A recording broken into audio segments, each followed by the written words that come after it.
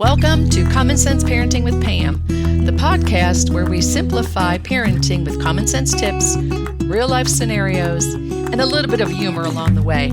I'm Pam, and I'm here to help you build the skills and confidence you need to raise happy, resilient, and responsible children. So grab your coffee, take a deep breath, and let's tackle parenting one common sense tip at a time.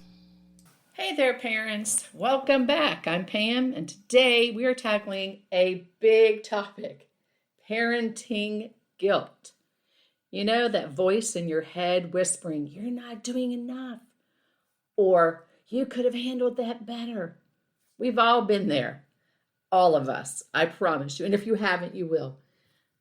But today, I want to help you ditch the guilt and parent with confidence.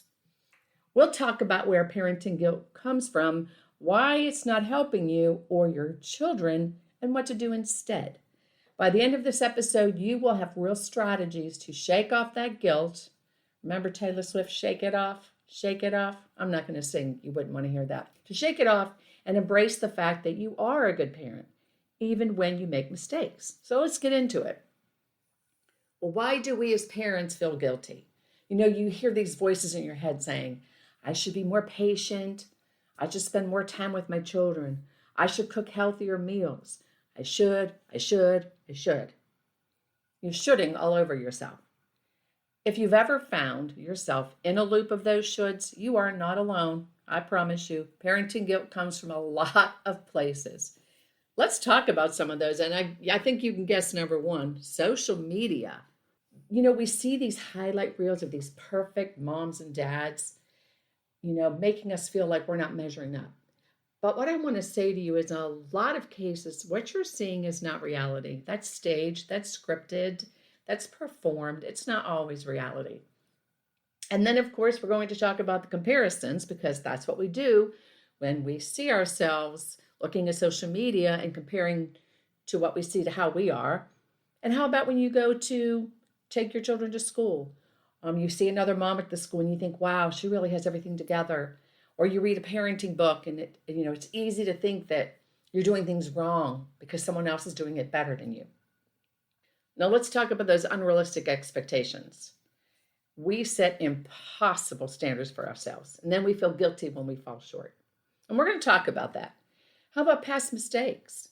You know, maybe in the past you yelled too much. Maybe last week you yelled too much, or you weren't as patient as you wanted to be, and then you replay those over and over and over in your head. How about external judgment?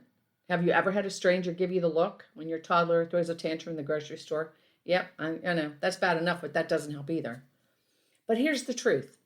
Guilt doesn't make you a better parent. If anything, it drains your energy and makes you second guess yourself, which can actually make parenting harder. So we're going to talk about the mind shift that parents need, guilt versus the growth. Let's reframe guilt.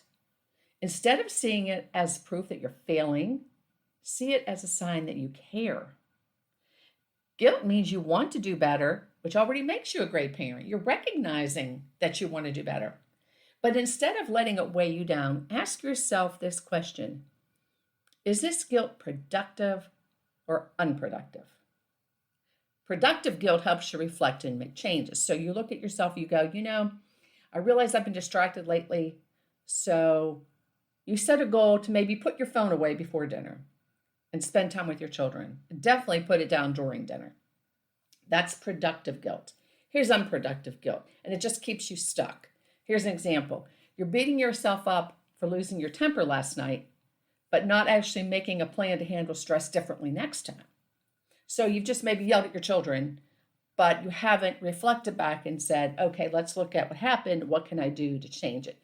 So the action step you need to take is the next time you feel guilty, pause and ask, is this a real issue that I can fix? That's number one. Number two, if yes, what's one small change I can make? And three, if no, can I let it go?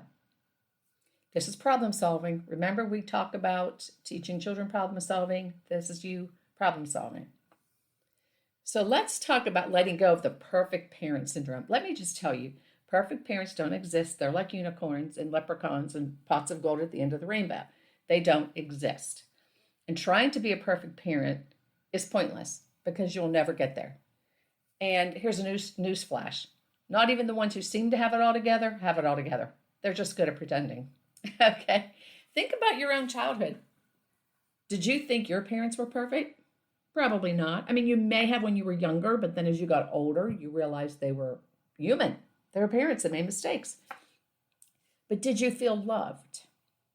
And if so, that's what mattered, not the perfection. Your children don't need a perfect parent. They need a present one. So let me give you some tips here. It's okay if dinner is frozen pizza sometimes. You'll all survive. The world will not stop spinning on its axis. It's okay if you take a break and let your child watch TV for a bit. Sometimes you just need to have time to yourself. Now, I will just put my 2 cents in here. Make sure it's something educational and don't make it go on for hours and hours.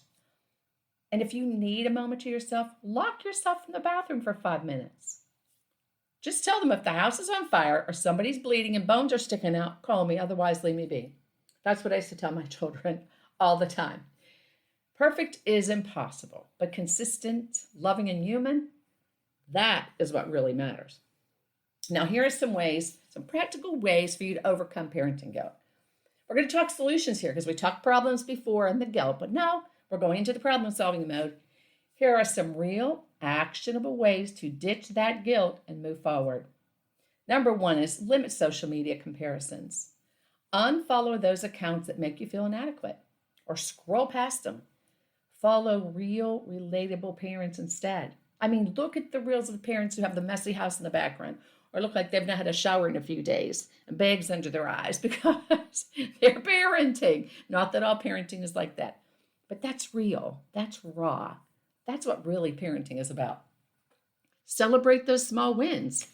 I mean, ask at the end of the day, what did I do well today? Even small things count, so celebrate those. Give yourself grace. I say this all the time. You give your friend grace, well, give yourself grace. If your best friend came to you and said she felt like a bad mom, you'd encourage her, right? You'd go, oh, no, it's okay. You just had a bad time. You know, it's okay. There's always tomorrow. You're a sweet, sweet mom. You're a great mom. Give yourself that same kindness. And then focus on connection, not perfection. Your child is not going to remember whether the house was spotless. I mean, unless you're a hoarder and it really is a horrendous mess. They're not going to remember that. They're going to remember how you made them feel. They're going to remember the time you spent with them. And I can remember we had 4 children in our family when I was growing up, and I remember my mother saying, I would much rather spend time with my children playing than to have a perfect house. Now, was our house spotless all the time? No, it wasn't terribly messy either. My mother chose to spend her time playing with her children and connecting versus having a spotless house. Accept the fact that you're going to make mistakes, and that is perfectly okay. When you mess up, motto apologizing. I shouldn't have yelled earlier. I was frustrated, but that's not how I want to talk to you. I'm sorry. So you can tell your children that. This teaches children that mistakes are okay, and we can always make things right, or at least try to. So here's some final thoughts and encouragement. Parenting guilt is not helping you, but letting go of guilt, that can make you a better, happier parent. So remember, you're doing better than you think. Your kids love you, even on your worst parenting days. And there's no perfect way to parent, just a way that works for your family, and every family's different. Give yourself some grace today. You deserve it. Thank you for tuning in to today's episode of Common Sense Parenting with Pam. I hope you enjoyed the episode, and if you did, please leave a review. That helps other parents find us. And if you have friends who also have children and could use some parenting tips, feel free to share this. I'd really appreciate it. And you know, I love to hear from you, so you can always find me on my socials. And until then, remember, hug and love your babies.